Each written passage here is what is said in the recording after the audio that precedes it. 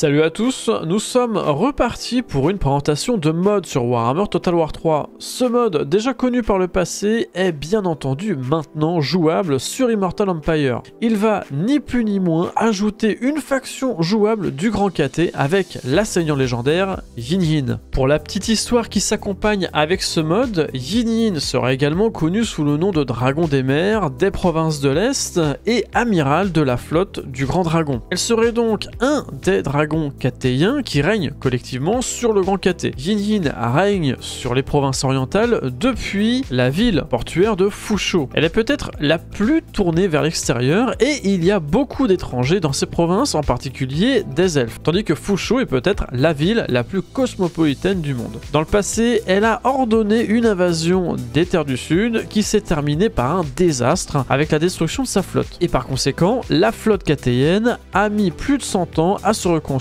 à pleine puissance. Pas étonnant de voir que nous débuterons donc cette campagne sur deux fronts, à la fois en Lustrie et au Grand KT. Commençons donc par les effets de faction où elle bénéficiera d'un bonus de déplacement de plus 8 avec des revenus générés par les ports de 10%, un buff de 15% pour les dommages des marins de la flotte du dragon, une nouvelle unité que l'on verra plus tard, ainsi que des malus de diplomatie à moins 40 avec les elfes noirs et les hommes lézards, ce qui promet vu que l'on débute en Lustrie entre autres. L'aspect le plus intéressant c'est que Yin Yin est une spécialiste des mers et que par conséquent, pour mettre en avant cette caractéristique, elle bénéficie des mécaniques de flotte et de construction de navires comme les seigneurs de la Côte Vampire actuellement seulement pour elle. Sa ligne de compétences est personnalisée avec des avantages significatifs comme 20% de déplacement en plus, moins 40% d'usure en pleine mer, des buffs de revenus venant des ports et du commerce, des habilités en bataille soit lance-projectiles ou des buffs de zone,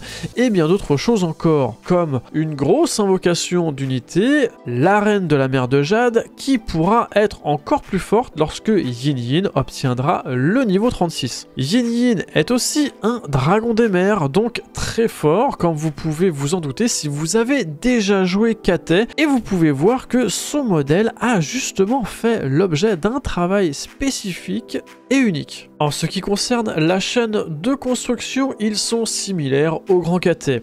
Le plus intéressant sera donc l'accès aux constructions navales de Yin Yin allant jusqu'au tiers 4. La mécanique ressemble vraiment à celle de la Côte Vampire, un peu moins fournie, mais cela laisse déjà d'énormes possibilités comme avoir accès notamment à un roster d'unités dans ce mode. En mode navire, toutes les unités du Grand KT ne seront pas disponibles, mais nous retrouvons les pirates de la mer de Jade en tiers 1. C'est une unité de combat à rapprocher, armée de pistolets de courte portée, plutôt moyenne globalement, mais ayant la capacité de faire feu en se déplaçant, et rien que pour ça, c'est déjà très intéressant. Puis les marins de la flotte du dragon en tiers 2, infanterie lance-projectile avec une portée de 120, peut-être un peu courte pour de l'arquebuse, mais faisant de gros dégâts perce-armure.